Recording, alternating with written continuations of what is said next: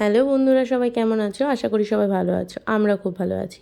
আজ 11ই আগস্ট, শ্রাবণ মাসের শেষ সোমবার। বাবা মহাদেবের মাথায় জল ঢালবো বলে সকাল সকাল ঘুম থেকে উঠে গিয়ে ছাদে গেলাম ব্রাশ নিয়ে একটু হাঁটাহাঁটি করলাম, ফুল তুললাম, কাকরোল তুললাম, তুলে সকালের টিফিনটা করলাম, করে স্নান করে শাড়ি পরে রেডি হয়ে গেলাম। রেডি হয়ে প্রথমে চন্দনটা বেটে নিলাম, নিয়ে বাবা মহাদেবকে স্নান করাবো বলে ঘি মধু দিয়ে বাবাকে ভালো করে স্নান করালাম। দুধ গঙ্গা জল সমস্ত কিছু দিয়ে সুন্দরভাবে বাবা মহাদেবকে স্নান করালাম। তারপর বাবা মহাদেবকে একটা মালা পরিয়ে দিলাম আকন্দ ফুলের, দিয়ে 3খানা বেলপাতা দিলাম, ফুল দিলাম। দেওয়ার পরে একটা ফল আমি বাবাকে দিয়েছি, আস্ত ফল। দেওয়ার পরে আমার বাড়িতে 3খানা শিবলিঙ্গ আছে, সেই 3টে শিবলিঙ্গর মধ্যে একটা বড়, দুটো ছোট।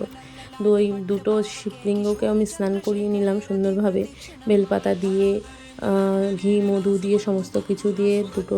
আর অন্য দুটো শিব ঠাকুরকেও আমি স্নান করিয়ে নিলাম লিঙ্গগুলোকে নিয়ে, ফল কেটে ফল সন্দেশ সমস্ত কিছু দিয়ে সুন্দরভাবে পুজো দিয়ে নিলাম।